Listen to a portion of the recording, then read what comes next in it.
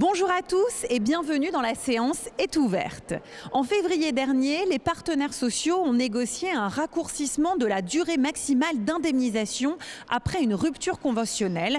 Pour prendre effet, la mesure doit être adoptée dans un projet de loi débattu en séance le jeudi 16 avril. Regardez. Plusieurs fois cette semaine, dans cet hémicycle, nous avons eu l'occasion de souligner l'importance du dialogue social dans le processus de fabrication de la loi, en particulier quand on touche aux questions sociales. Le texte que vous allez examiner aujourd'hui en est un bel exemple, car il est directement issu du dialogue social autonome entre les partenaires sociaux. Je veux donc, avant toute chose, saluer l'engagement et le sens des responsabilités des partenaires sociaux qui sont parvenus, il y a 1 mois et demi, fin février, à un accord bien signé par 3 organisations syndicales, dont la principale, la CFDT, mais aussi par Force ouvrière et la CFTC, et 3 organisations patronales. Cet accord est le résultat d'une négociation autonome, certes demandée par le gouvernement, mais sans lettre de cadrage officielle, donc sans pression particulière, pour répondre à une double exigence: préserver la soutenabilité financière de notre régime d'assurance chômage et accélérer le retour à l'emploi de celles et ceux qui se retrouvent sans travail après avoir bénéficié d'une rupture conventionnelle. C'est un accord attendu, substantiel et porté par celles et ceux qui gèrent notre régime d'assurance chômage de manière paritaire. Il y a 15 jours, le Sénat a voté en faveur de ce texte sans le modifier, afin de le transcrire tel quel, cet accord des partenaires sociaux. C'est à ce même choix que je vous invite aujourd'hui, car revenir sur ce texte, c'est remettre en cause l'équilibre qui a été trouvé par les partenaires sociaux qui ont signé cet accord. Permettez-moi d'ailleurs de regretter la volonté de certains groupes politiques de ralentir parfois délibérément les débats et de remettre en cause cet équilibre social. Voulez-vous, en mettant en panne l'Assemblée nationale, mettre aussi en panne le dialogue social ? Notre démocratie sociale mérite mieux. Avant de revenir sur le contenu du texte, je souhaite être parfaitement clair. Il n'est absolument pas question de remettre en cause le principe même des ruptures conventionnelles. Depuis leur création en 2008, les ruptures conventionnelles ont démontré leur utilité. Elles sécurisent les salariés en leur donnant accès à l'assurance chômage. Elles réduisent la conflictualité dans les entreprises et contribuent à apaiser les relations de travail. Une rupture conventionnelle, même si elle est d'un commun accord, reste pour autant un moment délicat dans la vie du salarié. Mais il nous faut aussi constater que leur usage a profondément évolué. En 2024, 515 000 ruptures conventionnelles individuelles ont été conclues. C'est 63% de plus qu'en 2015. Elles représentent désormais plus d'un quart des dépenses de l'assurance chômage, soit près de 9,4 milliards d'euros.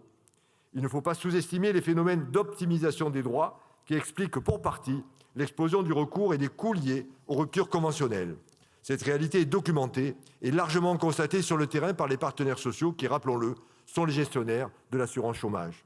En effet, dans de nombreux cas, les ruptures conventionnelles se substituent à des démissions qui n'ouvrent pas de droit à l'assurance chômage. On observe aussi que les bénéficiaires ont souvent des profils plus qualifiés et des niveaux d'indemnisation plus élevés. Ces derniers sont en moyenne mieux armés pour retrouver un emploi, mais paradoxalement, ils restent plus longtemps au chômage que ceux qui ont connu d'autres formes de rupture de contrat de travail. Si nous ne corrigeons pas aujourd'hui ces effets d'aubaine, nous fragiliserons demain le principe même des ruptures conventionnelles face à une dérive trop importante de leur usage et des coûts insupportables pour le régime d'assurance chômage. Il nous appartient aujourd'hui de continuer à mieux calibrer leur utilisation en ajustant les paramètres qui permettent d'accélérer le retour à l'emploi. Car au fond, retrouver rapidement un emploi est la meilleure des protections que nous pouvons apporter aux Français. Cet accord vient en symétrie d'une mesure votée lors du dernier PLFSS visant les entreprises, qui faisait passer de 30 à 40% la cotisation forfaitaire patronale sur les indemnités de rupture. Lutter contre les phénomènes d'optimisation et les effets d'aubaine est l'affaire de tous, salariés comme employeurs. C'est bien une responsabilité collective. Mesdames et messieurs les députés, la mesure centrale de cet accord, qui ne pourra être mise en œuvre qu'après l'adoption de la loi, consiste à adapter la durée maximale d'indemnisation en cas de rupture conventionnelle. Elle serait désormais fixée à 15 mois pour les demandeurs d'emploi de moins de 55 ans, contre 18 mois aujourd'hui. Des ajustements spécifiques sont toujours prévus pour les seniors, ainsi que pour les territoires d'outre-mer. Conformément à l'accord des partenaires sociaux, France Travail va également renforcer le suivi des bénéficiaires de rupture conventionnelle et porter une attention toute particulière aux seniors. L'accord prévoit un accompagnement intensif des seniors pour les aider à retrouver un emploi. La logique, c'est moins de chômage long et subi et un retour plus rapide à l'emploi. L'ensemble de l'accord permettra de générer jusqu'à 1 milliard d'euros en régime de croisière d'économies, dont 800 millions d'euros à horizon 2029, grâce à la seule mesure relative aux ruptures conventionnelles. Mais ce débat ne peut pas se réduire aux seules économies générées par la réforme. Il y a un chiffre qui me semble important à valoriser au-delà des économies budgétaires. L'accord des partenaires sociaux va entraîner jusqu'à 15 000 retours à l'emploi supplémentaires chaque année. Ces 15 000 retours à l'emploi, ce sont 15 000 trajectoires professionnelles qui reprennent, 15 000 situations de chômage qui sont évitées, 15 000 personnes à qui l'on offre concrètement chaque année une chance réelle de retrouver un emploi. Ce texte est un équilibre. C'est un équilibre d'abord entre la nécessité de protéger les salariés et celle de préserver durablement les finances, notre régime d'assurance chômage. Un équilibre ensuite entre le maintien de droits protecteurs et l'exigence d'un retour plus rapide à l'emploi, qui reste en fait la meilleure des protections. Un équilibre enfin entre la démocratie sociale, auquel je pense nous sommes nombreux à tenir, et la démocratie représentative, celle qui fonctionne dans cette Assemblée. C'est-à-dire entre le sens des responsabilités des partenaires sociaux qui ont construit cet accord au plus près des réalités du terrain et la capacité du Parlement à le transcrire dans la loi. Mesdames et messieurs les députés, ma boussole est claire: accélérer le retour à l'emploi, rétablir l'équilibre financier de notre système, garantir l'équité du régime d'assurance chômage entre ceux qui font le choix personnel de quitter leur travail et ceux qui subissent une perte d'emploi. Les partenaires sociaux ont négocié, ont pris les responsabilités, ils ont été à la hauteur des enjeux. Notre objectif est de préserver notre modèle d'assurance chômage tout en remettant au cœur de notre action le dialogue social sur ce texte comme sur les autres. Le dialogue social permet dans notre pays d'obtenir des réformes durables, solides et acceptées de tous. Il appartient donc à présent à l'Assemblée nationale de montrer son attachement au dialogue social en transcrivant tel quel cet accord dans la loi. C'est la raison pour laquelle le gouvernement, bien sûr, acceptera les débats. Ils seront nombreux, ils sont utiles, ils sont légitimes, mais je peux vous dire à l'avance, c'est assez rare, mais ça sera le cas, qu'en cohérence avec la conception que je me fais des accords issus du dialogue social, je serai logiquement défavorable aux amendements qui reviendront sur l'équilibre trouvé par les partenaires sociaux. Je vous remercie. Après tant d'obstructions des Insoumis sous prétexte d'autres sujets, nous pouvons enfin commencer l'examen du projet de loi que j'espère plus consensuel, proposant transposition de l'avenant numéro 3 du 25 février 2026 au protocole d'accord relatif à l'assurance chômage. Je suis honoré d'en être le rapporteur pour la Commission des affaires sociales. Je me réjouis de son adoption conforme par la Commission la semaine dernière, dans le strict respect de l'accord auquel les partenaires sociaux ont abouti à la demande du gouvernement. À titre liminaire, pas tous, à titre liminaire, je salue la qualité de notre dialogue social et l'esprit de responsabilité qui l'anime. Nos partenaires sociaux sont parvenus à un accord équilibré qui parvient à concilier des enjeux d'équité à des impératifs de soutenabilité et de consolidation financière de notre régime d'assurance chômage. Il nous appartient, en tant que législateurs, de pourvoir la base légale nécessaire à la mise en œuvre de cet accord dans les meilleurs délais. La mesure négociée par les organisations syndicales et patronales prévoit de moduler la durée maximale d'indemnisation des demandeurs d'emploi ayant conclu une rupture conventionnelle individuelle. À plusieurs égards, cette réforme est nécessaire et justifiée, non seulement pour assurer la pérennité financière de notre régime d'assurance chômage, mais également au regard du bilan qui peut être fait aujourd'hui des usages de la rupture conventionnelle individuelle, plus de 15 ans après sa création. Depuis 2008, la rupture conventionnelle individuelle a en effet connu un succès notable et continu. Conçue pour favoriser les séparations à l'amiable entre l'employeur et le salarié et sécuriser les transitions professionnelles, elle est devenue un mode de rupture incontournable avec 515 000 ruptures conventionnelles enregistrées pour la seule année 2024 et une hausse observée de 17% entre 2019 et 2024. Cette montée en charge n'est pas sans conséquence pour le système d'assurance chômage. En moyenne, 565 000 allocataires sont indemnisés par l'assurance chômage après une rupture conventionnelle chaque mois, soit 20% des allocataires indemnisés. Pour l'année 2024, ils représentent 26% des dépenses totales du régime, soit un montant de 9,4 milliards d'euros en 2024. En raison de profils souvent plus qualifiés et de carrières plus stables, ces allocataires perçoivent des indemnités plus élevées et disposent de droits plus longs que la moyenne. Contrairement aux intentions initiales, il apparaît par ailleurs que la rupture conventionnelle s'est faiblement substituée au licenciement. Seulement 12% des licenciements pour motif personnel auraient ainsi été convertis en rupture conventionnelle. Les licenciements concernés ne sont pas les plus conflictuels et n'auraient vraisemblablement pas donné lieu à un contentieux. Ce qui doit nous alerter et ce qui pèse sur l'équilibre du système, Ce sont les effets de substitution avec les démissions. D'après une enquête de la DARES, près de 40% des salariés ayant conclu une rupture conventionnelle déclarent qu'ils auraient démissionné si ce dispositif n'avait pas existé. Ce glissement d'un mode de rupture non indemnisé vers un mode indemnisé crée un effet d'aubaine qui peut détourner l'assurance chômage de sa vocation première, la couverture du risque de privation involontaire d'emploi. Ce sont ces réflexions qui ont pu motiver les partenaires sociaux à s'entendre sur le principe d'une modulation de la durée maximale d'indemnisation en cas de rupture conventionnelle et qui nécessite, pour entrer en vigueur, une modification de la loi. Tel est l'objet de l'article unique du présent projet de loi qui vise à intégrer la rupture conventionnelle individuelle parmi les critères facultatifs pouvant être pris en compte pour moduler les durées d'indemnisation. J'insiste sur un point qui m'a été soulevé par les organisations syndicales au cours de mes auditions. Il s'agit uniquement de permettre dans la loi une modulation en cas de rupture conventionnelle, ce qui n'emporte pas d'autres modes de rupture. L'écriture de l'article unique respecte cette intention sans la dépasser, Monsieur le Ministre. Plus précisément, l'avenant négocié par les partenaires sociaux prévoit de porter la durée maximale de versement des allocations suite à une rupture conventionnelle à 15 mois pour les moins de 55 ans contre 18 mois pour les autres modes de rupture.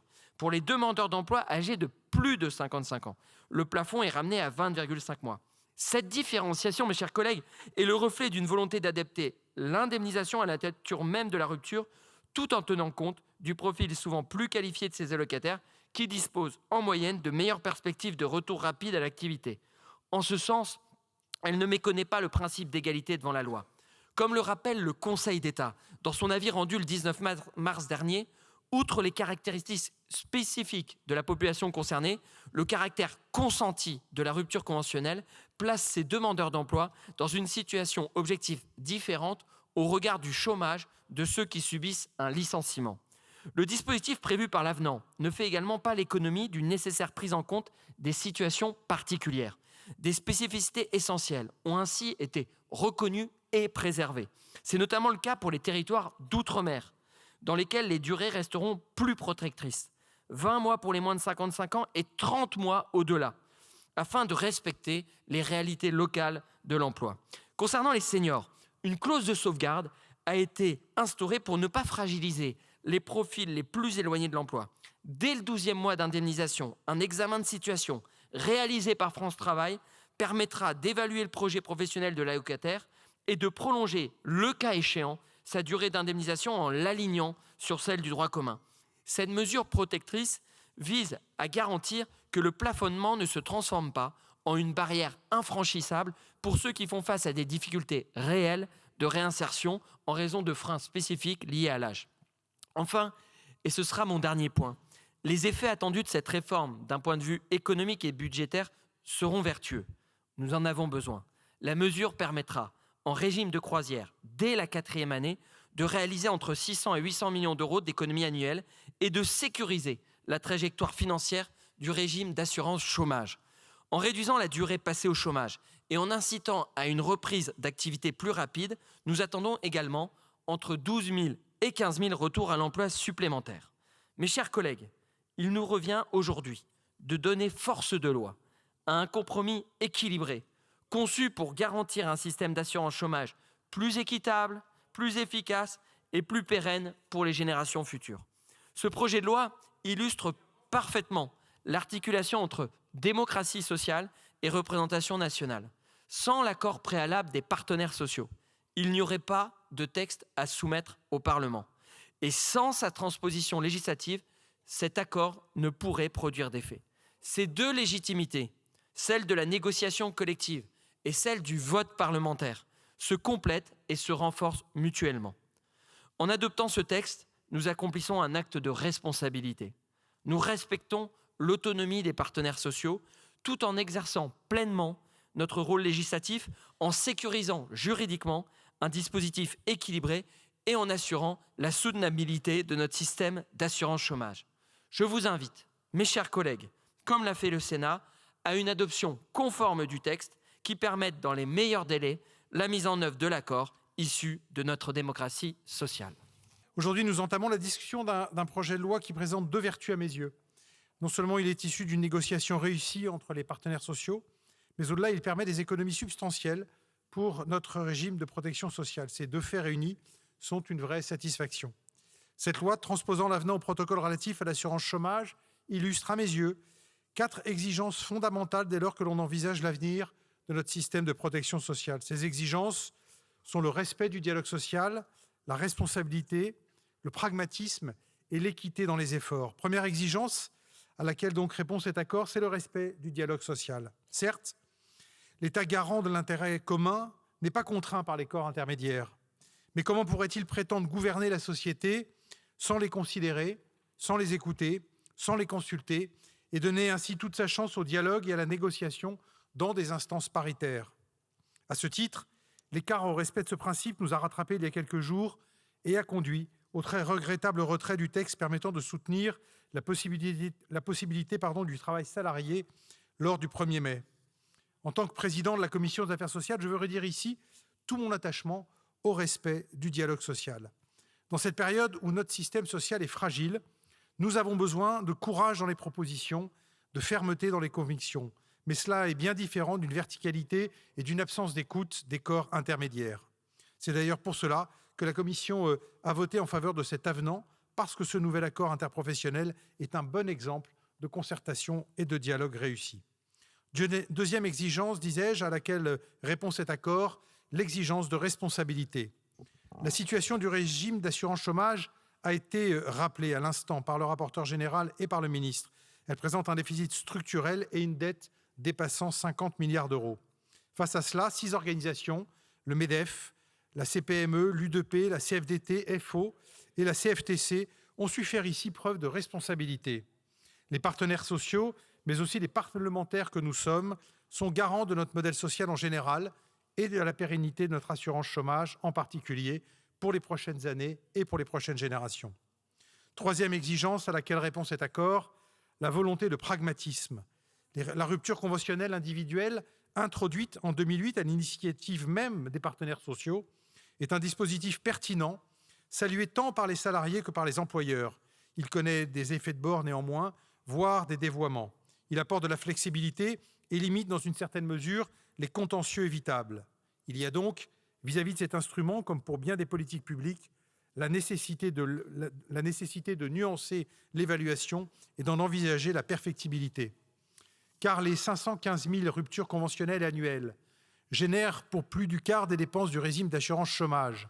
Or, selon une enquête de la DARES, près de 40% des salariés ayant signé une rupture conventionnelle déclarent qu'ils auraient démissionné en l'absence du dispositif.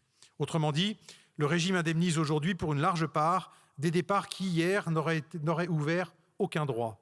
Cet effet d'aubaine peut éloigner progressivement l'assurance chômage de sa vocation première, la couverture du risque de privation involontaire d'emploi. La rupture conventionnelle se distingue par son caractère consenti du licenciement, qui s'impose unilatéralement aux demandeurs d'emploi. À situation distincte, régime protecteur certes, mais régime distinct, c'est précisément ce que permet l'article unique de ce projet de loi. Enfin, quatrième exigence, l'équité devant l'effort. Assurer la pérennité de notre modèle social suppose des efforts partagés et aussi en faveur des personnes les plus défavorisées. Or, les bénéficiaires de la rupture conventionnelle présentent un profil objectivement plus favorable que la moyenne des allocataires. 25% d'entre eux étaient des cadres au titre de leur dernier contrat, contre 10% pour l'ensemble. La mesure proposée fait donc porter un effort raisonnable, reposant principalement sur les allocataires les moins éloignés de l'emploi, tout en préservant par la clause d'examen au 12e mois les seniors qui rencontrent des difficultés réelles dans l'insertion. Pour conclure, il ne s'agit pas bien sûr d'être démesurément positif. Ce texte ne résout pas à lui seul le déficit important de notre régime. Il ne répond pas à l'ambition initiale d'un rééquilibrage de plus grande ampleur voulu par le gouvernement. Mais c'est un jalon répondant aux exigences de concertation, aux exigences de responsabilité, de pragmatisme et d'équité qui devront demain comme aujourd'hui guider notre action. Merci beaucoup. Merci. Nous en arrivons donc maintenant à la discussion générale. Le premier orateur est M. Adrien Clouet pour le groupe La France Insoumise Nouveau Front Populaire. Grande braderie sur les seniors en Macronie ce soir. Vous nous soumettez une révision de l'assurance chômage qui va couper l'indemnisation de centaines de milliers de chômeurs. On a l'habitude, on s'y fait jamais. Tous ceux et toutes celles qui auront signé une rupture conventionnelle perdent au moins 3 mois d'indemnisation et jusqu'à 6 mois de perdus pour les plus de 55 ans. Celles et ceux que vous avez forcés à aller chercher du boulot à la place du départ à la retraite. Par lâcheté, la Macronie tente de faire porter le chapeau aux syndicats et au patronat. Vous leur avez dit, débrouillez-vous pour trouver 400 millions d'euros d'économies, sinon on s'en occupe et on coupera à la sauvage. La négociation macroniste, on connaît, c'est pile je gagne, face tu perds. Exemple à nouveau ce soir. Et voilà comment s'est conclu l'accord. C'est un braquage. D'ailleurs, on salue la CGT et la CFE-CGC qui n'ont pas signé votre accord. Bravo à LE d'avoir tenu bon. Alors, au début de la négociation, c'était 400 millions d'euros à économiser sur le dos des chômeurs. Et ce soir, le ministre vend la mèche. Il nous dit, ça produira 1 milliard d'économies. On est passé de 400 millions à 1 milliard. Alors je sais que les maths et la Macronie, ça fait 2, mais quand même là, l'évolution est tout à fait stupéfiante. Pour que tout le monde comprenne, ça fait 300 € coupés par chômeur indemnisé. 300 € coupés par chômeur indemnisé. Ça représente ce milliard 0,4% des aides aux grandes entreprises de ce pays. C'est-à-dire que pour 1 € piqué aux chômeurs, vous donnez 200 € aux grands monopoles capitalistes. Nous n'acceptons pas cette nouvelle attaque contre les chômeuses et les chômeurs. Je veux rappeler ici que les personnes au chômage en France sont pour 36% d'entre elles sous le seuil de pauvreté, ce qui signifie qu'elles sont obligées de se priver de tout, et leurs familles et leurs enfants avec. Se priver de repas, se priver de loisirs, se priver de soins, se priver de vacances, car tout coûte trop cher lorsqu'on est au chômage. C'est ça la réalité aujourd'hui. J'entends dire, y compris ici il y a quelques minutes, mais il y a des recours abusifs à la rupture conventionnelle. Non. Ah, des employeurs parfois, des salariés non. Le rapporteur, M. Bazin, nous a dit qu'il se fondait sur une enquête. Il a raison de lire des enquêtes, c'est très bien de lire des enquêtes. Celle qu'il cite, elle est là. Elle date de 2013 et elle porte sur les ruptures conventionnelles en 2011. Alors je déplore que vous n'ayez pas pu remonter au Paléolithique, ça aurait été intéressant pour éclairer les débats. J'ai donc lu l'étude et j'encourage tout le monde à la lire, ça fait 6 pages, c'est accessible. Quand une rupture conventionnelle est proposée par l'employeur, que dit l'étude? Que 51% des salariés concernés auraient voulu rester en poste, donc que c'est un licenciement déguisé. Et lorsque la rupture est demandée par les salariés, pourquoi? Il y a un petit tableau ici, c'est très clair. Au pire, la prochaine fois, on se fait SMS, comme ça j'accompagne le travail parlementaire. Eh bien, dans 72% des cas, la rupture est demandée en raison d'un salaire qui ne permet pas de vivre, en raison d'un éloignement géographique qui est intenable ou d'une douleur physique sur le poste de travail. Donc, pour des cas inexistants de chômeurs fraudeurs qui n'existent que dans votre cerveau, vous appauvrissez tous les chômeurs de ce pays. Mais vous avez une autre lubie. Alors, il y en a beaucoup, mais je vais rester à 2, le temps oblige. Vous imaginez que raccourcir l'indemnisation inciterait à reprendre un emploi. Alors on va faire des maths pour les nuls, des maths pour les macronistes. Il y a 334 000 emplois vacants inoccupés ce trimestre. Source d'ARES, 18 mars 2026, vous allez sur Google, vous tapez ça, vous trouvez. C'est le ministère du Travail qui publie les chiffres. Face à ces 334 000 emplois vacants, il y a 7,6 millions d'inscrits à France Travail. Donc il faudrait que les chômeurs se mettent à 23 par emploi disponible pour éliminer le chômage. Il est donc évident que votre politique ne vise en aucun cas à supprimer le chômage, mais bien à étrangler les chômeurs. D'autant que si les inscrits n'ont pas d'argent sur le compte en banque, comment vous imaginez qu'ils vont faire le plein et aller à l'entretien d'embauche? A fortiori lorsque vous refusez de bloquer le prix de l'essence à la pompe, comme le propose la France insoumise. Et je veux rappeler ici le niveau de fourberie assez spectaculaire du macronisme, puisqu'en 2017, les gens qui siègent ici, alors là, il n'y a personne pour ceux qui sont dehors, mais d'habitude, ils sont là, les quelques-uns. En 2017, ces gens ont été élus sur la promesse d'Emmanuel Macron d'ouvrir le droit aux allocations chômage pour les démissionnaires. On se retrouve 7 ans plus tard avec les mêmes qui nous disent « tapons-leur sur la tête à ceux qui nous ont cru et qui ont eu, malheureusement pour eux et pour elles, eh bien, la malchance d'imaginer qu'un macroniste pouvait dire la vérité. Vous avez été élus en promettant d'ouvrir des droits qu'aujourd'hui vous supprimez pour toutes et pour tous. Bref, collègues, comme le disait le grand Manuel Vázquez Montalbán, très bon auteur de polar, les riches ont toujours un matelas de prêt et lorsqu'ils tombent, ils ne se font jamais mal. Eh bien, nous faisons tomber le texte pour un matelas pour tout le monde. Merci. Pour le groupe socialiste et apparenté, la parole est à monsieur Karim Benbrahim. Merci Madame la Présidente, Monsieur le Ministre, Monsieur le rapporteur, mes chers collègues. Les transformations du marché du travail ne sont jamais neutres. Elles déplacent les équilibres, elles interrogent nos solidarités et elles appellent à des choix.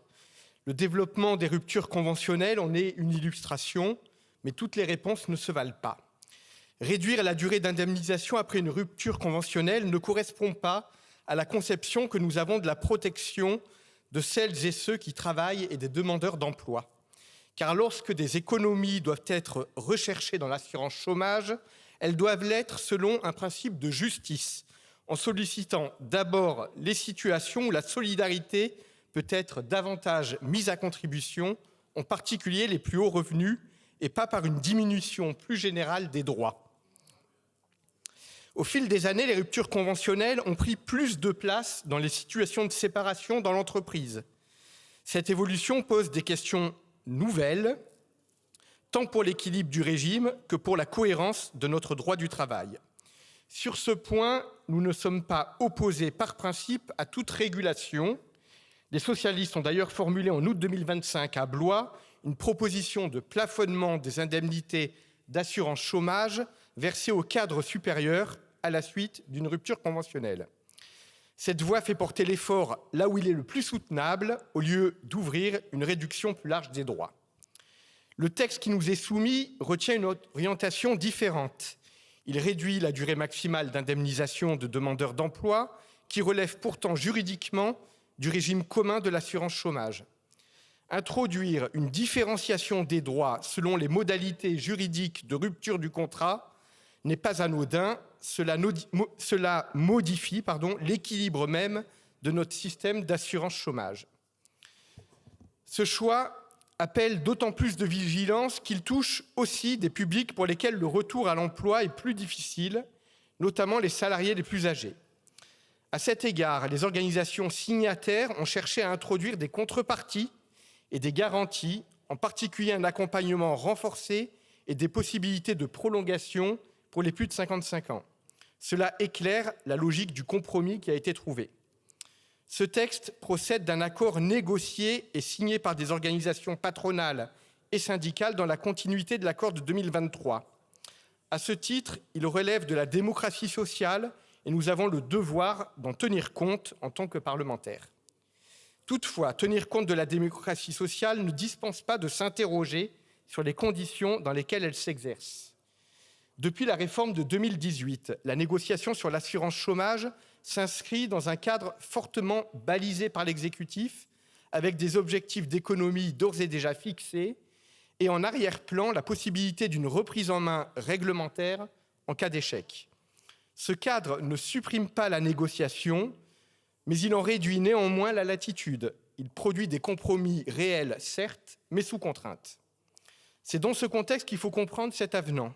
Il ne traduit pas l'adhésion générale à une baisse de droits, il traduit aussi l'effort des organisations signataires pour circonscrire le champ des économies, écarter d'autres mesures plus dures et préserver autant que possible l'architecture du régime.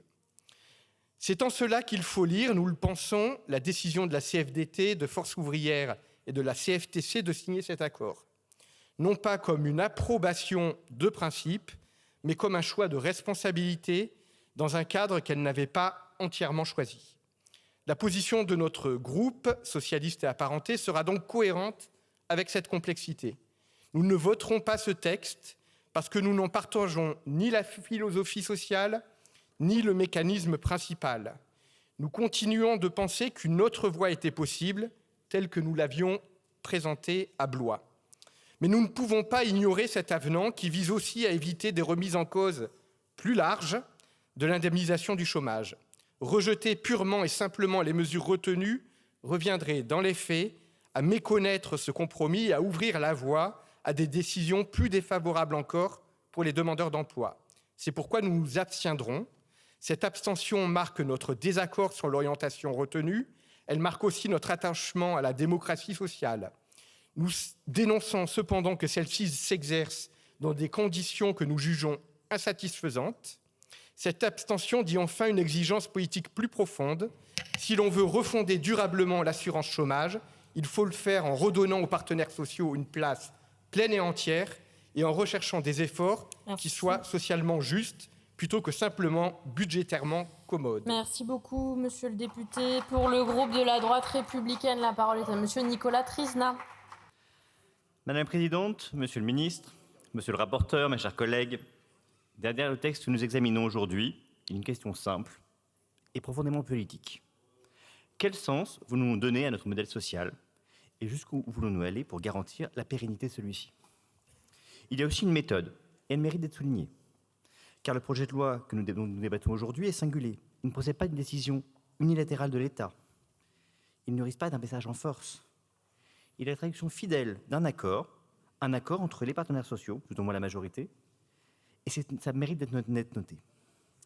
Dans un pays où le dialogue social est trop souvent contourné, affaibli, parfois ignoré, il est important de dire que lorsque les syndicats et organisations patronales parviennent à s'entendre, notre responsabilité est de respecter cet équilibre. Cet accord n'est pas né par hasard. Il est le fruit d'un constat partagé, lucide, que nous devons garder en face. La rupture conventionnelle, créée en 2008, était à l'origine une avancée utile. Elle permettait des séparations apaisées, évitait des contentieux, introduisait de la souplesse dans le marché du travail. Mais progressivement, ce dispositif a changé de nature.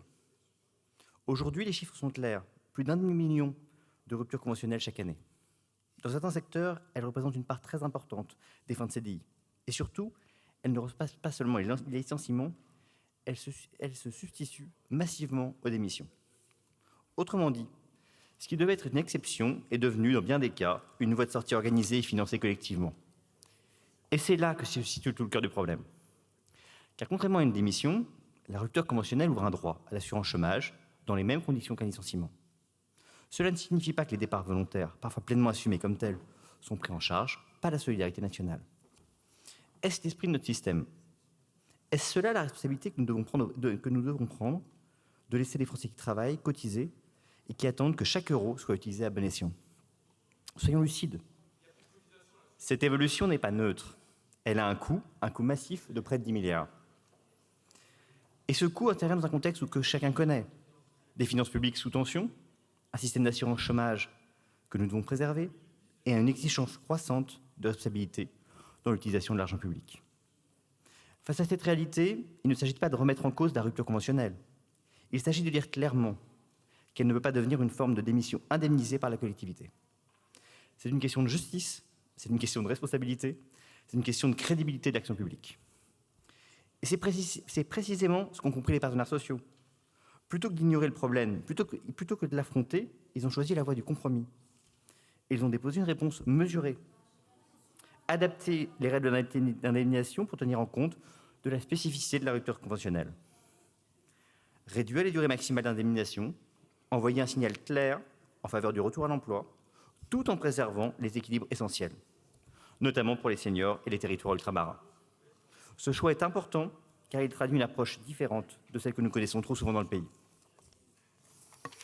En effet, trop souvent, nous répondons au déséquilibre par une hausse de prélèvements, par toujours plus de charges, toujours plus de taxes, au risque de pénaliser le travail et l'activité. C'est ici que le choix est différent. C'est celui d'une réforme structurelle qui corrige les dérives sans alourdir le coût du travail. C'est à nos yeux le bon choix. Mes chers collègues, ce texte ne prétend pas tout régler. Il ne fait que corriger une dérive réelle et il protège surtout l'équilibre de notre assurance chômage. Il le fait selon une méthode que nous devrions encourager davantage. C'est du dialogue social, du compromis, de la responsabilité partagée. Dans une période où le débat public est trop souvent marqué par la confrontation et les postures, cet accord montre qu'un autre chemin est possible, qu'un chemin plus exigeant, mais aussi plus efficace est possible. Et il nous rappelle qu'une chose, gouverner, ce n'est pas forcément imposer. C'est aussi savoir faire confiance aux acteurs et respecter les équilibres qu'ils construisent. Alors, parce que cette réforme est nécessaire, parce qu'elle est équilibrée, parce qu'elle protège notre modèle social sans le fragiliser, et parce qu'elle est le fruit d'un accord qu'il nous appartient de respecter, les députés du groupe La Droite Républicaine voteront en faveur de ce projet de loi. Merci, monsieur le député. Pour le groupe écologiste et social, la parole est à monsieur Hendrik Davy. Depuis 2008, les ruptures conventionnelles se sont multipliées. Les 500 000 ruptures annuelles représentent presque 20% maintenant des entrées dans le régime d'assurance chômage. Mais au moins un quart de ces ruptures conventionnelles sont en réalité des licenciements déguisés, et c'est peut-être bien plus. Elles se substituent aux licenciements, en particulier dans les petites entreprises. Elles se concentrent pour 42% dans les établissements de moins de 10 salariés, alors même que ces TPE ne représentent que 20% des travailleurs. Plus généralement, souvent présentée comme une simple séparation à l'amiable entre un salarié et un employeur, la rupture conventionnelle masque souvent une relation en réalité asymétrique au profit de l'employeur. Dès 2008, d'ailleurs, la CGT avait alerté sur ce risque. Elle estimait que la rupture conventionnelle offrait surtout un avantage clair à l'employeur, lui permettant de se séparer d'un salarié sans motif, avec un risque prud'homal quasi nul, sans préavis imposé et pour un coût souvent inférieur à un licenciement économique. De fait, dans une grande majorité des cas, les ruptures conventionnelles mettent fin à une situation conflictuelle et, contrairement à ce que dit ce texte et le rapporteur, ce ne sont pas des démissions déguisées, mais des ruptures de contrat souvent largement subies. Pourquoi je vous explique ça ? C'est précisément pour cela que les ruptures conventionnelles doivent ouvrir des droits à indemnisation chômage au même titre que les licenciements. À l'inverse, ce projet de loi va réduire les droits des salariés qui signent des ruptures conventionnelles en diminuant la durée des indemnités. Alors les salariés, à la fin, seront souvent contraints à accepter ensuite des postes qui ne correspondent ni à leur qualification ni au salaire passé. Mais le vrai objectif de toutes vos réformes et de celle-ci, c'est de casser le droit du travail pour faire baisser les salaires, soi-disant pour améliorer la compétitivité des entreprises. Cette politique constitue une impasse. Je vous le redis, jamais les salaires français ne seront compétitifs par rapport à des pays en voie de développement. Au lieu de parier sur l'ubérisation et la paupérisation de notre société, il faut faire le pari du savoir, de la formation et de l'innovation, renforcer les services publics ou préparer le choc de l'arrivée de l'IA dans les entreprises. On en parlait avec le président de la Commission en affaires sociales. Alors, vous nous dites que cet accord serait le fruit du dialogue social, qu'il serait donc équilibré et que nous devrions l'entériner sans le discuter, quasiment, c'est ce que nous dit l'intervenant précédent.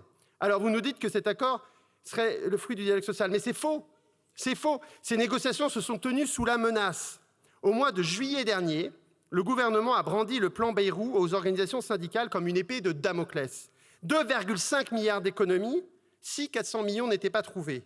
De surcroît, ces négociations étaient contraintes dans le temps en forçant les partenaires sociaux à trouver un accord au bout d'un mois pour trouver ces économies. Voilà dans quelles conditions cet accord a été conclu. Il est avant tout le produit d'un chantage, en rien d'un compromis. C'est pourquoi plusieurs organisations syndicales ont refusé de signer l'accord, comme la CGT et la CFE-CGC, et puis des syndicats comme Solidaires ont signalé qu'ils étaient contre cet accord. Pourquoi ?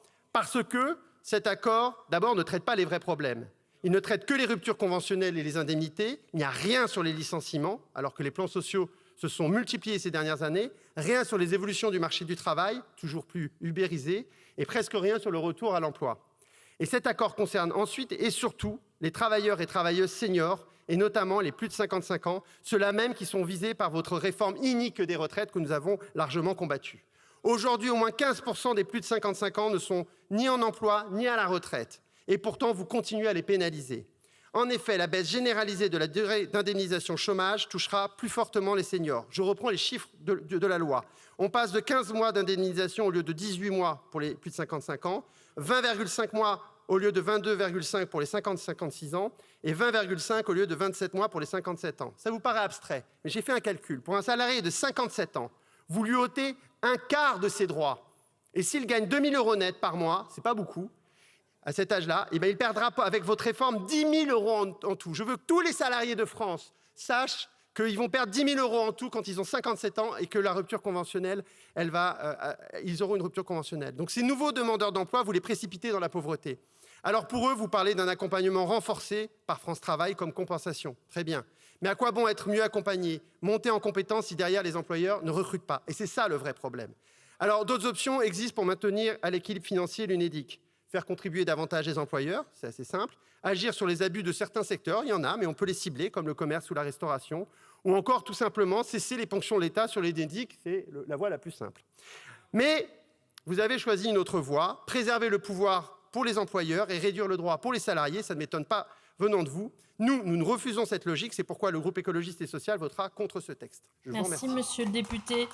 Pour le groupe Les Démocrates, la parole est à madame Anne Bergance.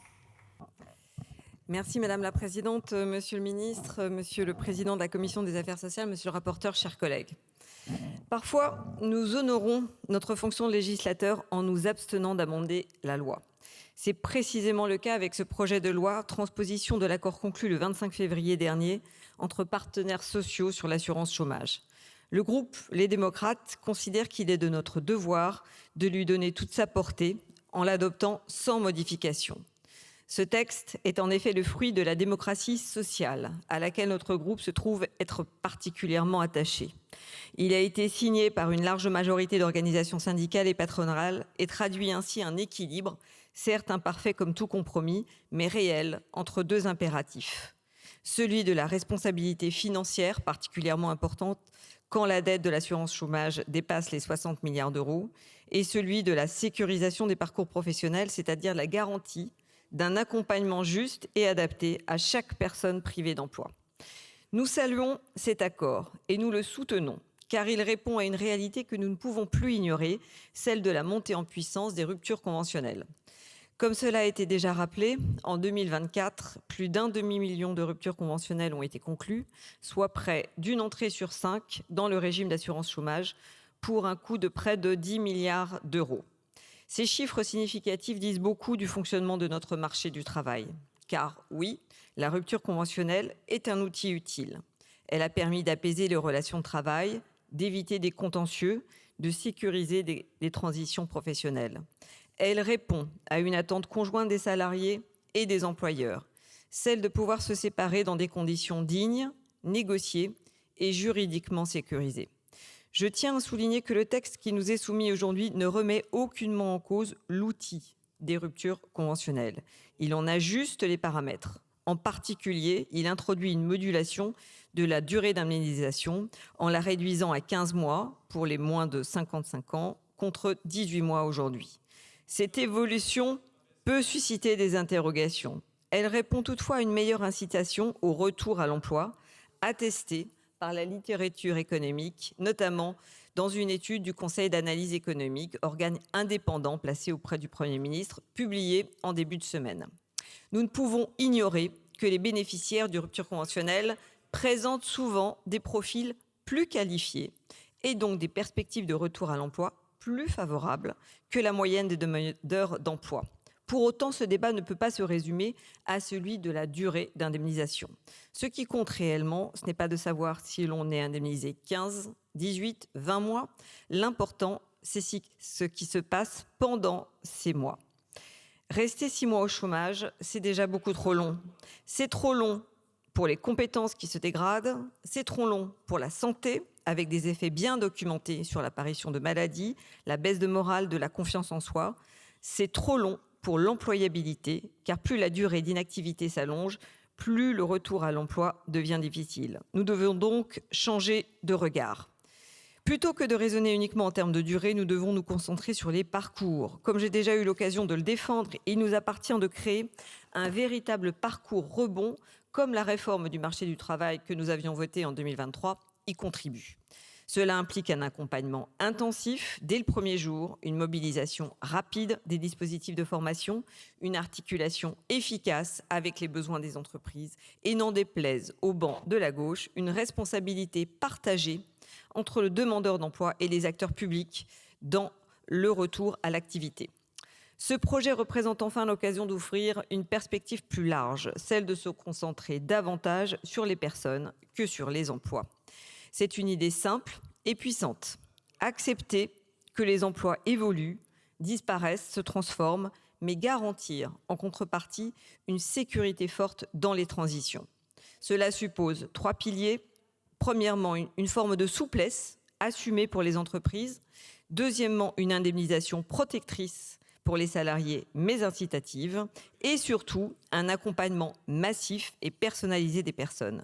C'est cette cohérence d'ensemble que nous devons viser. Le texte qui nous est soumis aujourd'hui constitue une étape, il n'épuise pas le sujet, mais il s'inscrit dans une trajectoire salutaire qui vise à concilier la pérennité de notre système d'assurance chômage et la justice sociale. Pour toutes ces raisons, le groupe Les Démocrates soutiendra ce projet de loi dans le respect du dialogue social et avec la volonté d'aller plus loin demain dans la sécurisation des parcours professionnels. Je vous remercie. Merci Madame la députée.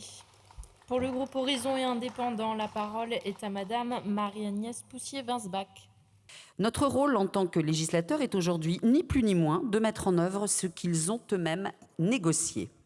La rupture conventionnelle individuelle, créée par la loi du 25 juin 2008, est devenue, au fil des années, un mode de rupture du contrat de travail massif.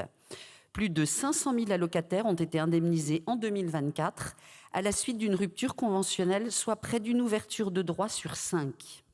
Ces allocataires représentent à eux seuls 26% des dépenses totales du régime d'assurance chômage, soit environ 9 milliards d'euros. L'Institut des politiques publiques a estimé que ces ruptures conventionnelles se sont substituées à des licenciements à hauteur de 12%. Les bénéficiaires d'une rupture conventionnelle sont par ailleurs en moyenne plus qualifiés, mieux indemnisés et dotés de droits plus longs que les autres allocataires. Et pourtant, c'est là tout le paradoxe, ils demeurent en moyenne plus longtemps au chômage que les salariés licenciés. Comment ne pas y voir en partie un effet d'optimisation des droits que nous devons légitimement de corriger? C'est précisément l'objet de l'avenant que ce projet de loi vient de transposer. En ramenant la durée maximale d'indemnisation à 15 mois pour les moins de 55 ans, à 20 mois et demi pour les 55 ans et plus et à 30 mois pour les résidents d'outre-mer. Les partenaires sociaux ont fait le choix d'un traitement différencié mais proportionné qui repose sur un constat objectif. La rupture conventionnelle est par définition un mode de rupture choisi, librement consenti par le salarié comme par l'employeur. Je veux enfin insister sur 2 points qui me paraissent essentiels. Le premier, c'est la protection des seniors. L'accord prévoit que les allocataires de 55 ans et plus pourront demander au 12e mois d'indemnisation une prolongation de leurs droits afin de bénéficier des durées maximum de droits communs sous réserve d'un examen de leur situation et de leurs démarches effectives de recherche d'emploi dans le cadre d'un accompagnement personnalisé et intensif. C'est une mesure d'équilibre qui reconnaît la difficulté particulière que rencontrent les seniors sur le marché du travail sans pour autant céder à la facilité d'une exemption générale. Le second, c'est l'impact attendu de cette réforme. L'économie projetée par le ministère du Travail est substantielle, entre 600 et 800 millions d'euros par an en régime de croisière, soit bien au-delà des 400 millions initialement fixés dans la lettre de cadrage. Mais surtout, et c'est cela qui doit nous mobiliser, ce sont entre 12 000 et 15 000 retours à l'emploi supplémentaires qui sont anticipés. Car ne perdons jamais de vue, chers collègues, que la meilleure des indemnisations reste celle qui débouche le plus rapidement possible sur un emploi. Ce texte préserve donc la soutenabilité financière de notre régime d'assurance chômage. Il rétablit une équité entre les assurés, il renforce l'efficacité du retour à l'emploi et il le fait par la voie noble du dialogue social et non par celle de la décision unilatérale. Pour toutes ces raisons, le groupe Horizon et Indépendants votera sans réserve en faveur de ce projet de loi. Je vous remercie. Merci Madame la députée. Pour le groupe Liberté, Indépendants, Outre-mer et Territoires, la parole est à Monsieur Michel Castellani. Madame la Présidente, Monsieur le Ministre, Monsieur le Rapporteur, Monsieur le Président de Commission, mes chers collègues, nous examinons aujourd'hui donc un projet de loi visant à transposer l'avenant du protocole relatif à l'assurance chômage signé le 23 mars dernier par la majorité des organisations patronales et syndicales dans un contexte où le régime d'assurance chômage est confronté à des tensions financières croissantes et après plusieurs années de pilotage par décret qui ont fragilisé la logique paritaire. Ainsi, le premier mérite de ce texte est de redonner sa place au dialogue social. L'avenant qu'il transpose est le fruit d'une négociation entre partenaires sociaux engagés à la demande du gouvernement, mais conclus par eux en leurs termes. À cet égard, il nous appartient de respecter cet équilibre en transposant fidèlement l'accord. Pour autant, les résultats de cette négociation ne sauraient occulter les conditions dans lesquelles elle s'est tenue, puisqu'elle s'inscrit à la suite d'une lettre de cadrage du gouvernement qui en a borné le périmètre et les objectifs. Cette façon de contraindre le dialogue social est contestée par notre groupe, qui avait d'ailleurs proposé en 2024 de substituer à ces documents de cadrage de simples documents d'orientation plus respectueux de l'autonomie des partenaires sociaux. Pour autant, ce texte part d'un contrat difficilement contestable. La rupture conventionnelle, créée en 2008, s'est imposée comme un outil central de notre marché du travail. Mais son succès a aussi un coût. En effet, elle représente aujourd'hui plus de 500 000 ruptures du contrat de travail par an et ainsi près du quart des dépenses d'indemnisation de l'assurance chômage. Près des 3/4 des bénéficiaires ouvrent des droits et une part importante d'entre eux appartient aux catégories les mieux rémunérées. Fort du succès de ce dispositif, la question n'est pas de remettre en cause la rupture conventionnelle, mais de mieux en maîtriser les effets sur le régime d'assurance chômage. C'est précisément l'objet de ce projet de loi qui transpose l'avenant. La réduction de la durée maximale d'indemnisation qu'il propose est encadrée, elle reste modulée selon l'âge et demeure articulée avec le mécanisme de contracyclité qui permet d'adapter les règles en cas de dégradation de la conjoncture économique. De plus, cet ajustement s'accompagne de la mise en place d'un accompagnement personnalisé, intensif, dès l'entrée dans le dispositif, dont le but est de transformer une période d'indemnisation en une période de reconstruction professionnelle active. Par ailleurs, le dispositif proposé est plus souple pour les seniors, qui sont très exposés au chômage. Ceux-ci pourront bénéficier d'une prolongation de leurs droits dès lors qu'ils justifient d'une démarche effective de retour à l'emploi. Pour autant, il convient de noter que 2 syndicats n'ont pas signé l'avenant, la CGT et CFE-CGC. En effet, cet avenant soulève une question sur la différenciation introduite entre allocataires selon le mode de rupture de contrat de travail, alors même que le régime est historiquement fondé sur une approche mutualisée. Cependant, si l'on considère que la rupture conventionnelle qui repose sur un accord entre les parties n'est pas une rupture comme les autres, l'ajustement proposé peut se comprendre comme une tentative de rééquilibrage plutôt que comme une remise en cause du modèle. Il faudra toutefois rester vigilant, veiller à ce que l'accompagnement renforcé soit réellement mis en œuvre avec des moyens adaptés et à ce que cette logique de différenciation ne s'étende pas à terme à d'autres catégories de demandeurs d'emploi. Nous devons également nous questionner sur le partage de l'effort entre les différents acteurs du système. Si des efforts sont demandés aux allocataires, il est aussi légitime d'interroger les conditions dans lesquelles la rupture conventionnelle est mobilisée, souvent à l'initiative des employeurs, et sur son impact sur les finances du régime. Enfin, l'avenant ouvre également des perspectives fertiles pour l'équilibre financier du régime. Les partenaires sociaux demandent la fin des prélèvements opérés par l'État sur les ressources de l'assurance chômage dans un souci de cohérence avec la logique paritaire du régime et de préservation de ses équilibres financiers. Ils demandent aussi que le produit de la hausse de la contribution patronale assise sur les indemnités de rupture conventionnelle soit intégralement fléché vers l'UNEDIC plutôt que partiellement affecté à d'autres branches afin de mieux aligner les recettes sur les dépenses qu'elles ont vocation à couvrir. Voilà, c'est à l'aune de cet équilibre, entre respect du dialogue social et vigilance sur la mise en œuvre de cet avenant, que notre groupe envisagera l'examen de ce texte, tout en appelant le gouvernement à tirer toutes les conséquences des autres demandes issues de ce dialogue. Je vous remercie. Merci, monsieur le député. Pour le groupe de la Gauche démocrate et républicaine, la parole est à monsieur Stéphane Peu. Notre groupe s'opposera à la transposition législative de l'accord sur les nouvelles modalités des ruptures conventionnelles. Nous ne prenons pas cette décision à la légère. En effet, nous croyons aux vertus de la démocratie sociale, qui n'a pas fait l'objet ces dernières années de toute l'attention et la confiance qu'on aurait pu attendre du gouvernement, c'est le moins qu'on puisse dire. Alors me direz-vous, pourquoi ne pas combler ce déficit de confiance en validant cet accord? Nous ne le validerons pas justement parce que cette négociation et ses conclusions ont été forcées par le gouvernement qui a imposé aux syndicats et au patronat une réforme qu'ils n'appelaient pas de leur vœu.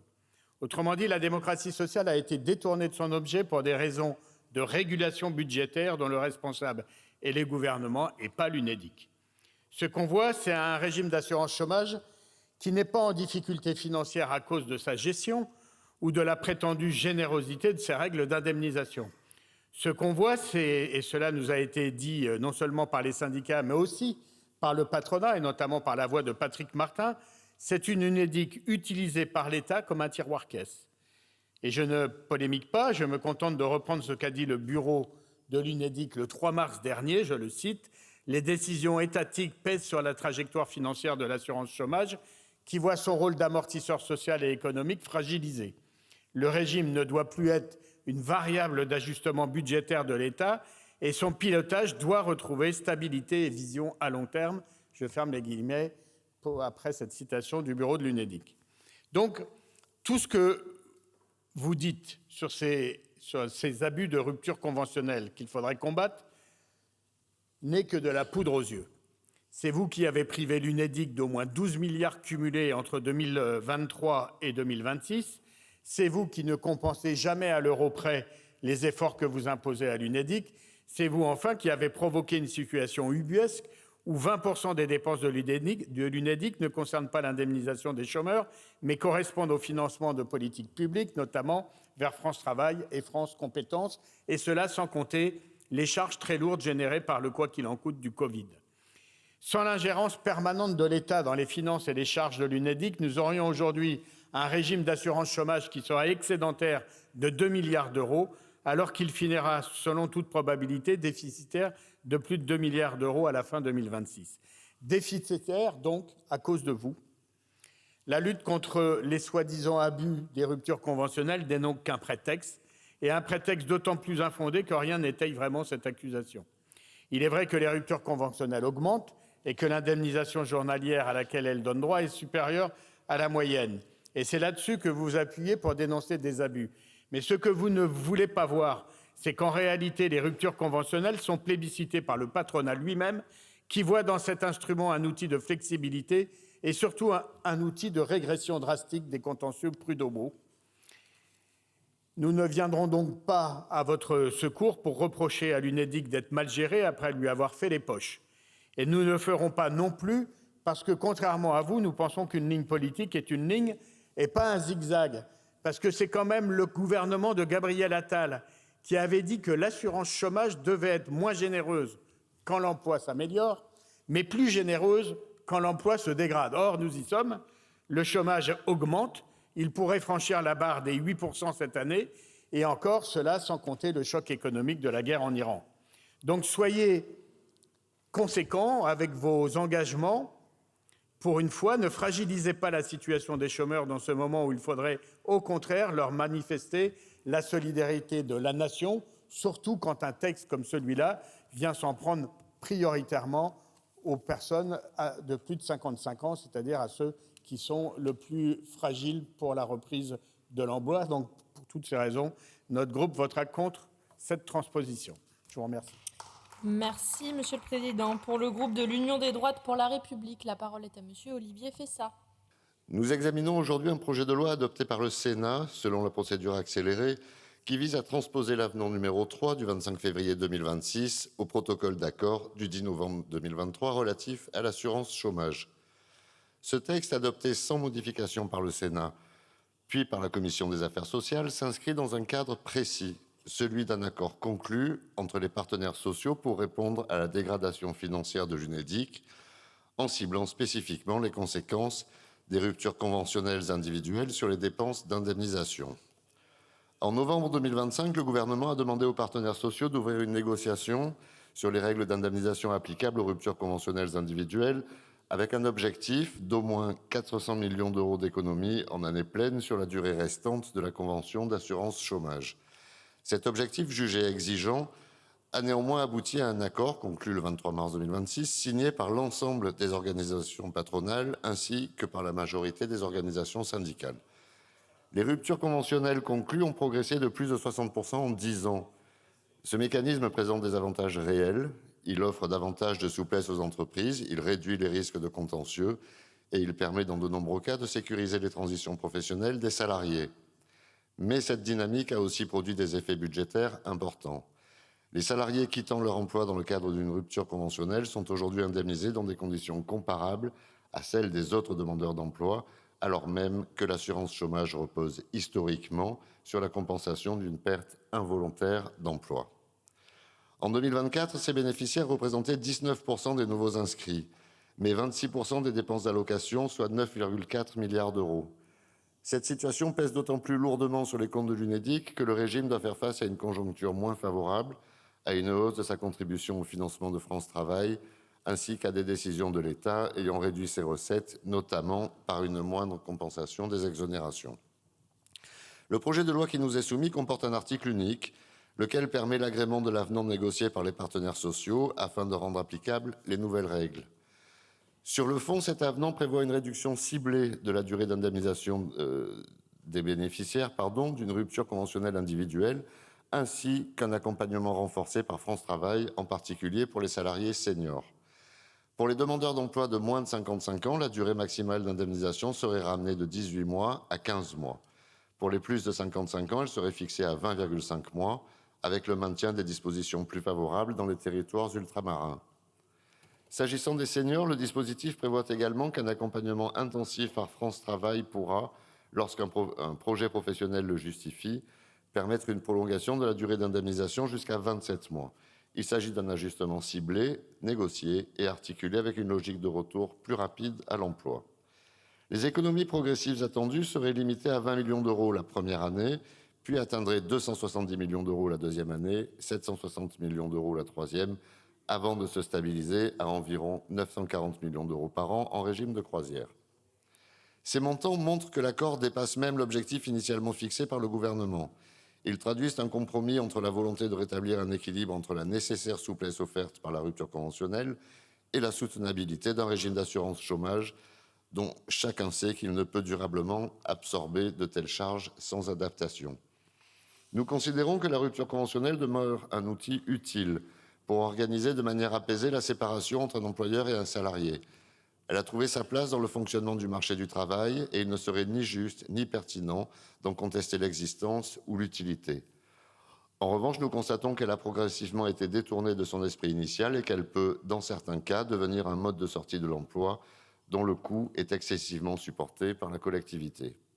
Dès lors, il est légitime de corriger ce déséquilibre en réajustant ses effets sur l'assurance chômage et en accompagnant plus efficacement les salariés concernés vers le retour à l'emploi. Le groupe UDR soutient également la méthode retenue. Ce texte résulte d'une négociation entre partenaires sociaux dans un cadre défini par le gouvernement, puis d'un accord majoritaire. Cet équilibre confère à la réforme une légitimité particulière et justifie que le Parlement ne la fragilise pas par des modifications qui remettraient en cause l'architecture globale de l'accord. Pour toutes ces raisons, le groupe UDR votera en faveur de ce projet de loi. Je vous remercie. Merci, monsieur le député.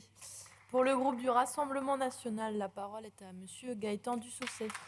Le 16 mars 2017, en pleine campagne présidentielle, un candidat déclarait alors devant les syndicats « Je veux reprendre ma part de responsabilité sur le chômage et la formation continue.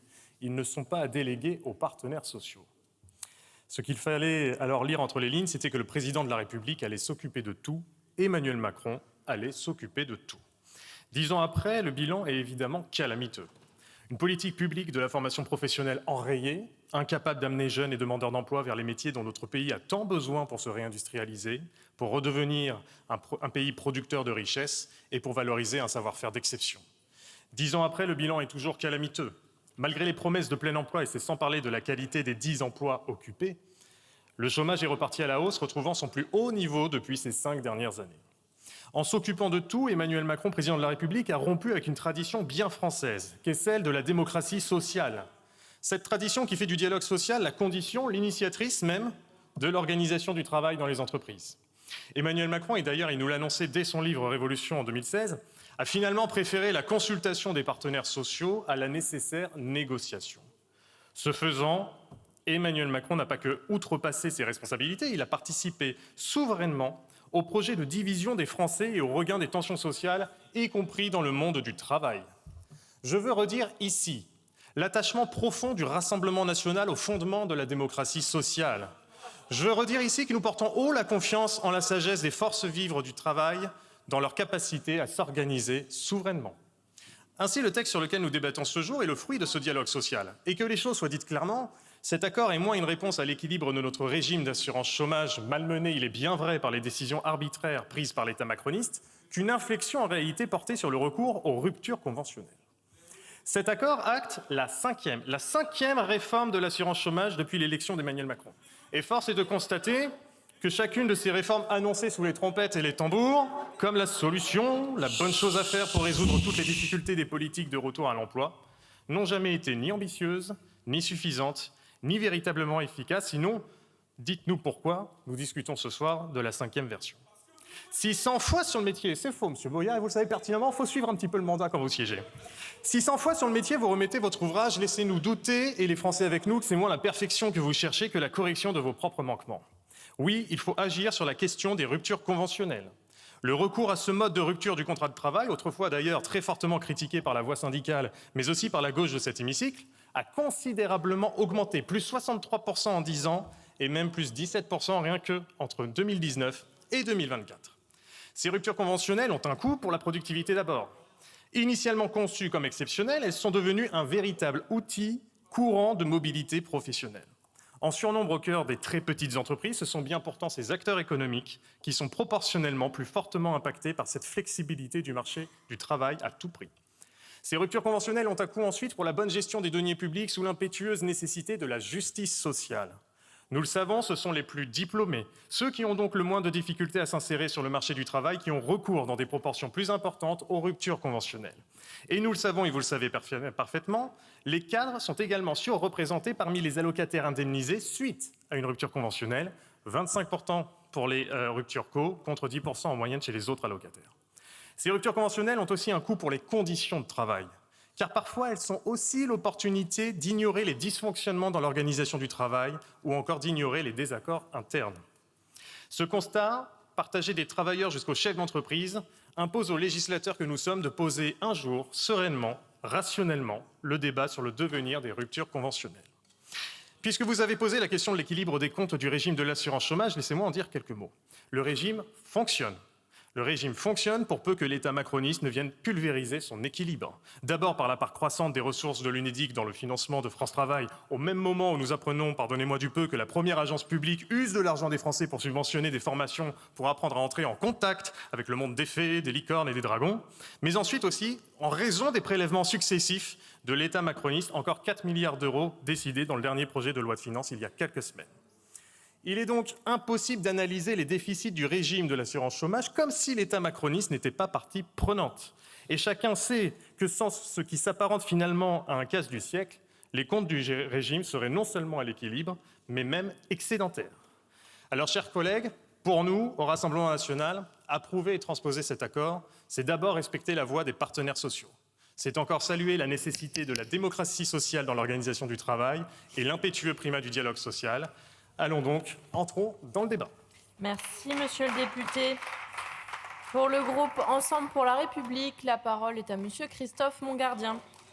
Ce projet de loi est nécessaire à l'application de l'avenant numéro 3 du 25 février 2026 du protocole d'accord préalablement négocié et signé avec les partenaires sociaux le 10 novembre 2023 relatif à l'assurance chômage. Plus précisément, ce projet de loi amende l'article L5422-2 du Code du travail, en rajoutant comme critère discriminant pour l'établissement de la durée des droits à indemnité de chômage le type de rupture de contrat, et dans le cas présent, la rupture conventionnelle individuelle. La rupture conventionnelle individuelle a été introduite dans le Code du travail en 2008, en accord avec les partenaires sociaux, avec l'objectif de favoriser des négociations amiables entre l'employeur et le salarié dans le cadre d'une rupture de contrat de travail.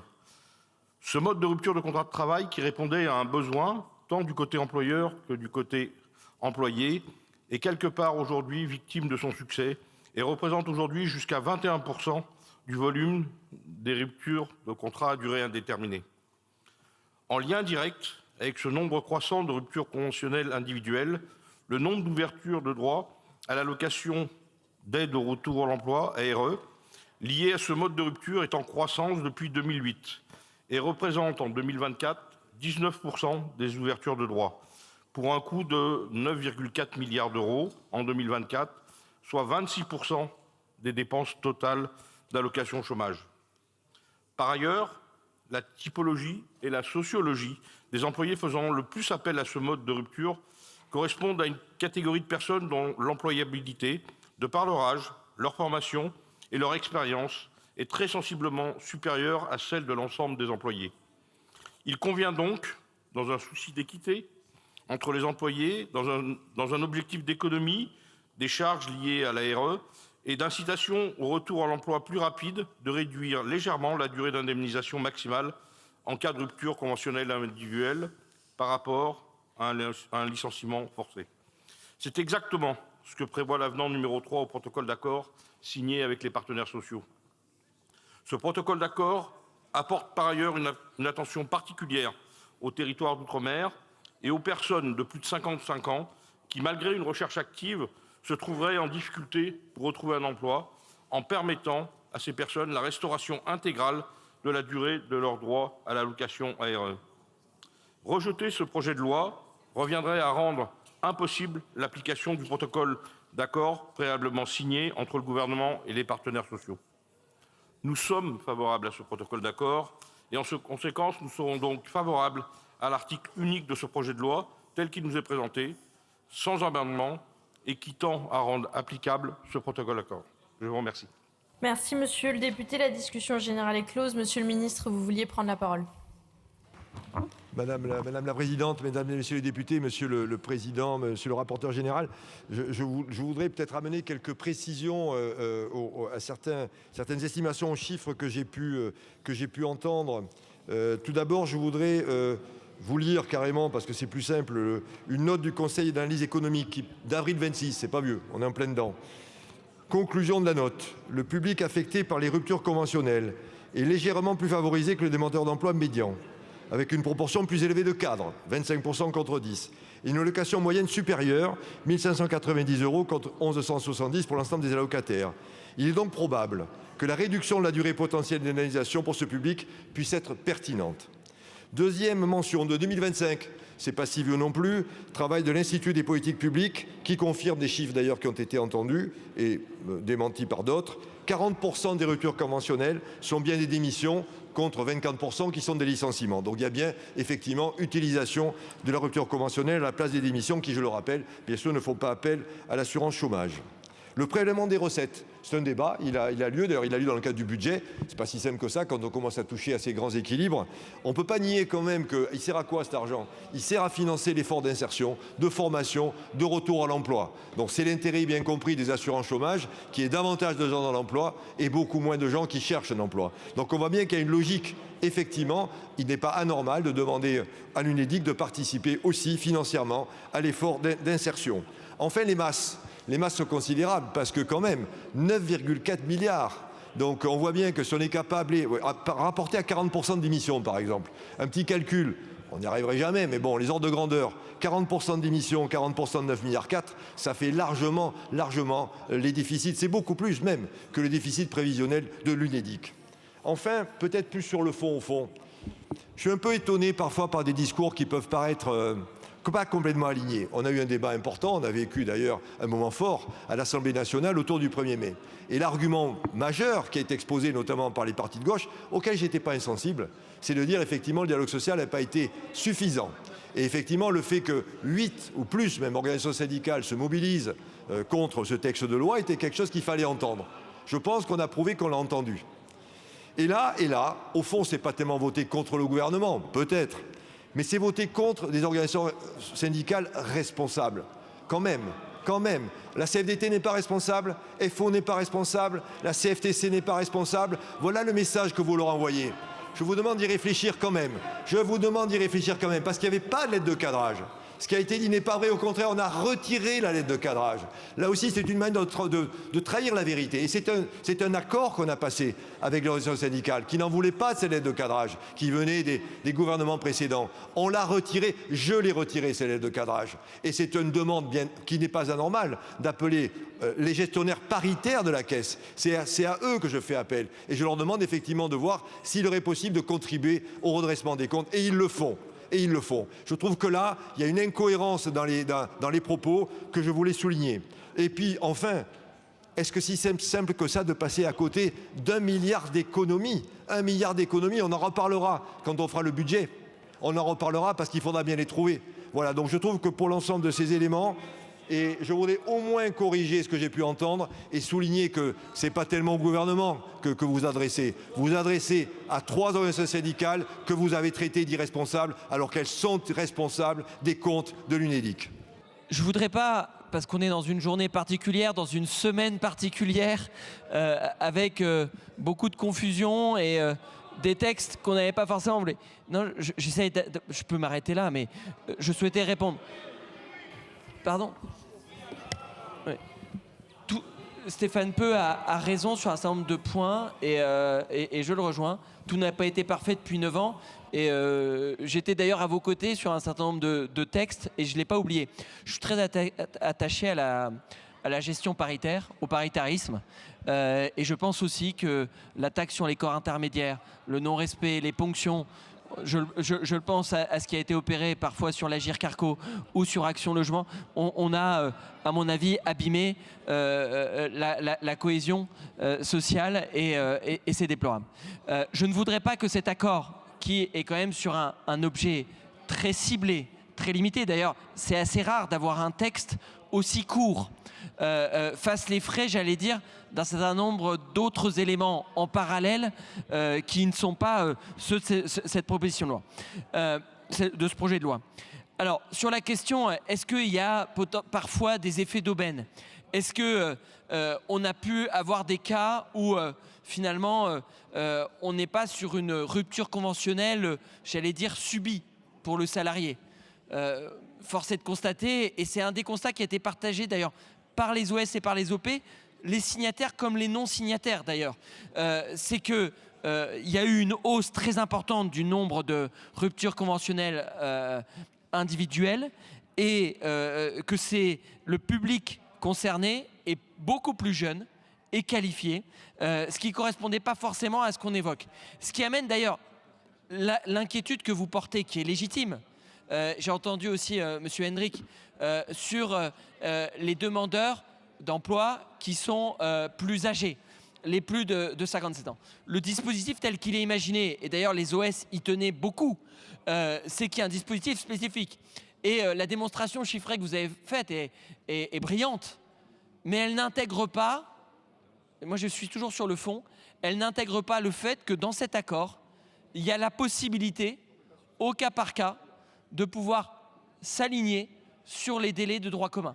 Et donc, pour les cas que vous présentez, vous pouvez rassurer les personnes si effectivement, après étude de leur situation en lien avec France Travail, ils pourront bénéficier des mêmes délais et des mêmes durées. C'est un point extrêmement important, hein. Les durées maximales d'indemnisation pourront être allongées et pourront être plus longues après examen de leur situation professionnelle. Donc, vous évoquez le pire comme, j'allais dire, quelque chose qui va s'appliquer à tout le monde.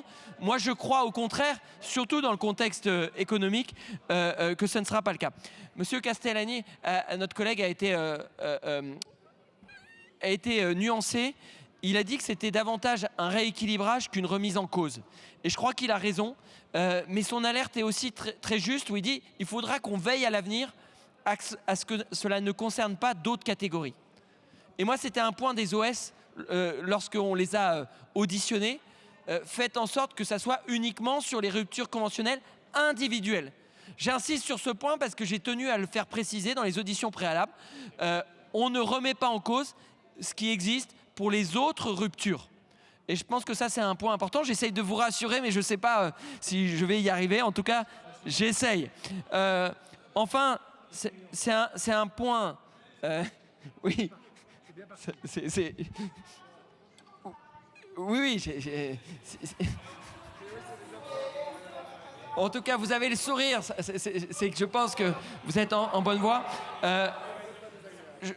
Je pense que cet accord, quand il y a un accord, même si tous ne l'ont pas signé, montre qu'on peut y arriver parfois sur des objectifs communs. Et je peux vous dire que les organisations salariales et les organisations patronales se sont rejoints sur l'idée qu'on ne pouvait pas en rester là sur les ruptures conventionnelles individuelles, et j'insiste sur ce point, et qui a peut-être, et vous aviez alerté à l'époque, sur de potentielles dérives.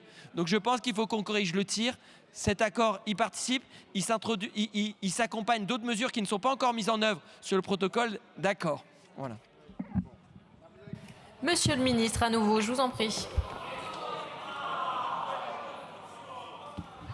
Oui, je voudrais évoquer quelques points supplémentaires. Et je voudrais aussi vous expliquer pourquoi peut-être 3 organisations syndicales responsables ont cru bon de signer ce texte d'équilibre. D'abord, les seniors. Les seniors, moi j'ai vu des seniors. Vous savez, les seniors, c'est important, ils ont le droit de retrouver du travail, bien évidemment. Bien évidemment, les seniors, il faut les aider. Et rester 2 ans, 3 ans en inactivité, est-ce que vous croyez que ça les aide à retrouver du travail? Bien au contraire, il faut intensifier l'insertion. Et c'est ce que propose de faire cet accord. Et bien sûr que les partenaires sociaux signataires ont tenu et ont exigé qu'il y ait des moyens supplémentaires pour former les seniors. Et moi, j'en ai vu des seniors comme ça. Moi, j'en ai vu des seniors qui étaient avec un effort très important de reconversion et de transition, qui après 1 an de formation ont retrouvé du travail. Et quand vous voyez leur dignité, c'est bien mieux peut-être que de rester 3 ans à rien faire. Et toujours dans la même veine, est-ce que vous croyez que l'UNEDIC doit servir de pré-retraite? Est-ce que c'est bien l'UNEDIC à l'assurance chômage de financer en pré-retraite des gens? Parce que c'est ça au fond que vous nous dites. C'est pas normal. Parce que la pré-retraite, elle est financée par les entreprises. Elle n'est pas financée par l'UNEDIC. Et moi, je l'ai fait à la SNCF. Je peux en parler. Et d'ailleurs, j'ai failli me faire virer pour cet accord. Moi, je m'en souviens très bien. Oui. Donc, je peux en parler. Moi, j'ai trouvé normal, en tant que patron de la SNCF, de passer un accord avec les organisations syndicales pour faire en sorte que les agents en fin de carrière puissent avoir un temps, effectivement, où faire le choix de réduire leur activité en fin de carrière. Mais c'est l'entreprise qui le supportait. C'est pas l'UNEDIC. C'est une grosse différence. Et moi, je ne veux pas que l'UNEDIC serve à faire les pré-retraites. Et c'est ce que vous faites, c'est ce que vous nous dites. Vous ne le voulez pas, bien évidemment. Mais la conséquence concrète de vos choix, c'est ça. Et c'est ça dont ne veulent pas les 3 organisations syndicales responsables. Il faudrait l'entendre et l'écouter. Enfin, je voudrais dire aussi que les entreprises, on l'a déjà oublié, on les a mises à contribution, bien sûr que c'est équilibré. Dans le PLFSS, on a monté à 40% le taux de cotisation. Donc tout ça est équilibré. Voilà, je voulais ramener tout ça parce que je pense que ce n'est pas une bonne chose que vous faites pour l'UNEDIC. Les orientations que j'ai entendues ne vont pas dans le bon sens. Il faudra donc un jour ou l'autre le reprendre. Et comme vous l'avez dit, la reprise sera encore plus compliquée. Merci beaucoup. J'appelle maintenant dans le texte de la Commission l'article unique du projet de loi. Et je vous informe que sur le vote de l'amendement 1 est identique, je suis saisie d'une demande de scrutin public par les groupes LFI, NFP et GDR. C'est donc des amendements de suppression. Amendement 1, Monsieur le Président, Madame Brouard. J'aurais encore beaucoup de choses à dire, mais c'est tout. Enfin, c'est pour dire tout le mal qu'on pensait de ce texte. Et bien évidemment, on demande sa suppression. Je vous remercie. Amendement numéro 5, Madame Simoni. Elle a raison. Oui, merci Madame la Présidente. Chers collègues, je vous invite à voter massivement, majoritairement, ces amendements de suppression. Amendement numéro 8, Madame Amiot. Sous couvert de dialogue social, vous forcez les réformes qui précarisent des demandeurs d'emploi. Votez cette suppression. Merci, Madame la députée. Monsieur le rapporteur, votre avis? Oui, je vais faire court, vous inquiétez pas, mes chers collègues. Merci, Madame la Présidente. Je vous ai écouté avec attention. La députée Sonia Brouard, vous dites tous les travailleurs, tous les demandeurs d'emploi vont être pénalisés. Ce n'est pas vrai. On ne parle que de ceux qui ont fait une rupture conventionnelle individuelle, c'est-à-dire qui ont d'un commun accord avec l'employeur. Personne n'est forcé à signer une RCI. Personne. D'ailleurs, souvent, juste avant de la valider, il y a des calculs qui sont faits par les 2 parties, mais notamment par le salarié, pour voir si c'est intéressant ou pas. Enfin, on parle de ça et pas de tous les demandeurs. Vous dites qu'on réduit pour tous de 6 mois. Ce n'est pas vrai là encore. On a une approche différenciée. Je vous ai parlé de l'outre-mer, je vous ai parlé en fonction de l'âge. Daniel Simonet, je vous ai écouté aussi attentivement. On est très loin de ce que François Bayrou avait imaginé avec 4 milliards. Très très loin. Ça a tout de suite été abandonné. Oui. Et vous savez très bien comment ça se passe, parce que vous connaissez le processus. S'il n'y avait pas eu d'accord, mais j'allais dire, on pourrait se retrouver avec des mesures pires. Et donc à un moment, je ne dis pas que c'est formidable, je dis juste que il valait mieux, et elles nous l'ont dit, les organisations salariales, signer cet accord où ils ont pu l'assortir d'un certain nombre de conditions et d'éléments pour prendre en compte notamment l'âge, pour prendre en compte un certain nombre d'éléments différenciés, de manière à ce que ça soit un accord équilibré. Oui, mais ça fait partie et je crois qu'il faut le présenter de manière totalement équilibrée. Et puis enfin, on a un paradoxe. Vous avez beaucoup parlé de certains profils âgés ou éloignés de l'emploi. Or, c'est vraiment un enseignement qu'on a eu lors des échanges, notamment avec les organisations salariales. C'est qu'elles sont toutes d'accord pour constater qu'on a un profil beaucoup plus qualifié et beaucoup plus jeune. Et c'est-à-dire des personnes qui sont susceptibles de retrouver un emploi beaucoup plus facilement. Et je pense que ça, on ne peut pas ne pas le regarder. La vocation première de l'assurance chômage, elle est surtout d'aller aider ceux qui font face à un risque où finalement, ils perdent de manière subie un emploi. Là, il y a un choix qui se fait sur la rupture conventionnelle individuelle qui demande à ce qu'on ne le prenne pas en compte de la même manière. Ça ne veut pas dire que quand on est sur un public plus âgé, ils pourront avoir des durées qui vont jusqu'au droit commun. Et je pense que c'est ça aussi qui montre que c'est équilibré. Pour toutes ces raisons, la Commission a émis un avis défavorable. Et donc j'invite l'ensemble de l'hémicycle à voter contre ces amendements. Merci, monsieur le rapporteur. Monsieur le ministre, on vote, c'est un scrutin public. Je vous laisse regagner vos places. On vote donc sur les amendements de suppression. Double avis défavorable, commission et gouvernement. Le scrutin est ouvert. Le scrutin est clos. Résultat du scrutin. Votant 117, exprimé 109, majorité 55. Pour 77, contre 32. L'Assemblée nationale a adopté. En conséquence, l'article unique est supprimé.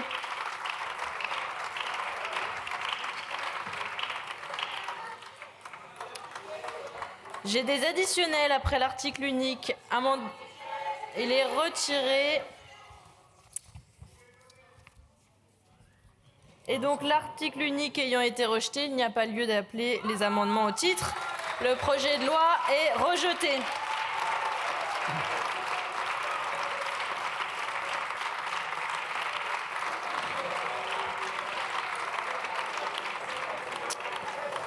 C'est la fin de cet épisode. À très vite sur LCP.